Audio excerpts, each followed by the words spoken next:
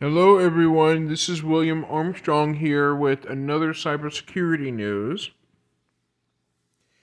Better yet, this one involves a Nigerian hacker, and this one's from Bleeping Computer by Bill Tulos. Bill Tulos on January 3rd, 2024 at 2:34 p.m.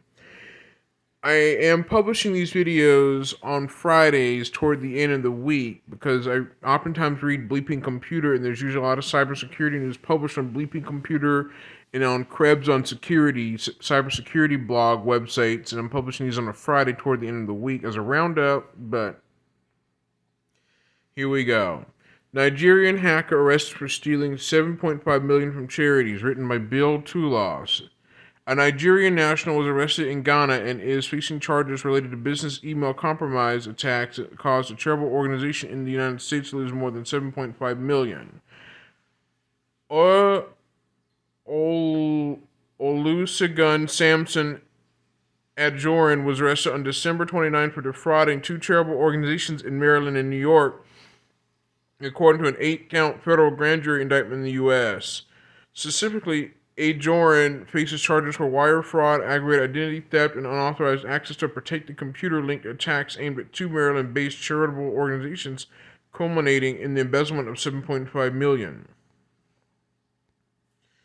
Stealing millions. An announcement this week, the U.S. Department of Justice, DOJ, says that Ajorin's fraud scheme occurred between June and August 2020 and involved unauthorized access to email accounts as well as impersonating employees. This particular Nigerian hacker is a complete idiot, not realizing he's going to get dinged and face justice.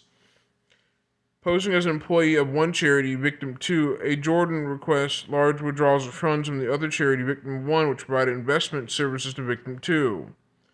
To successfully process withdrawals over $10,000, Ajorin used stolen credentials to send emails from accounts of employees that needed to approve the transactions.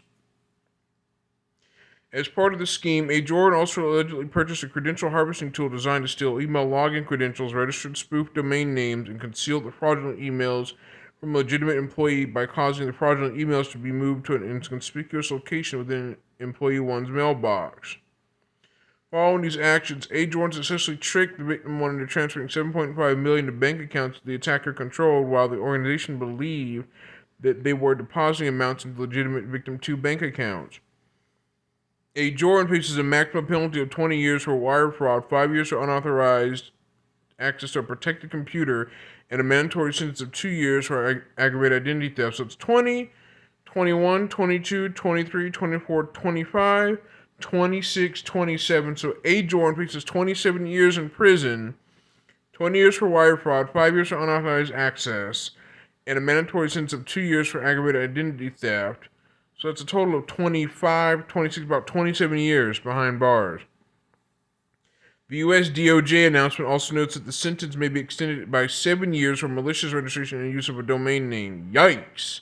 So they're going to tack on more additional jail time years, or may extend by 7 years on Ajorin's criminal habit again for using a domain name, malicious registration and use of a domain name rather. Beck attacks, also known as CEO fraud or Chief Executive Officer fraud, can result in significant financial damage. Last summer, a report from the FBI noted that the business email compromise had caused billions of US dollars in losses. Some reasonable defense measures to consider include implementing multi-factor authentication to reduce the likelihood of unauthorized account access, using email filtering to detect and block phishing attempts, and establishing a verification procedure that underpins wire transfer requests and involves using a secondary communication channel. When met with suspicious requests such as changing bank account details, simply calling the partner on a predetermined number to confirm the action can help save millions. So that's all I have to say. This is William Armstrong signing out. See you next time. Bye-bye.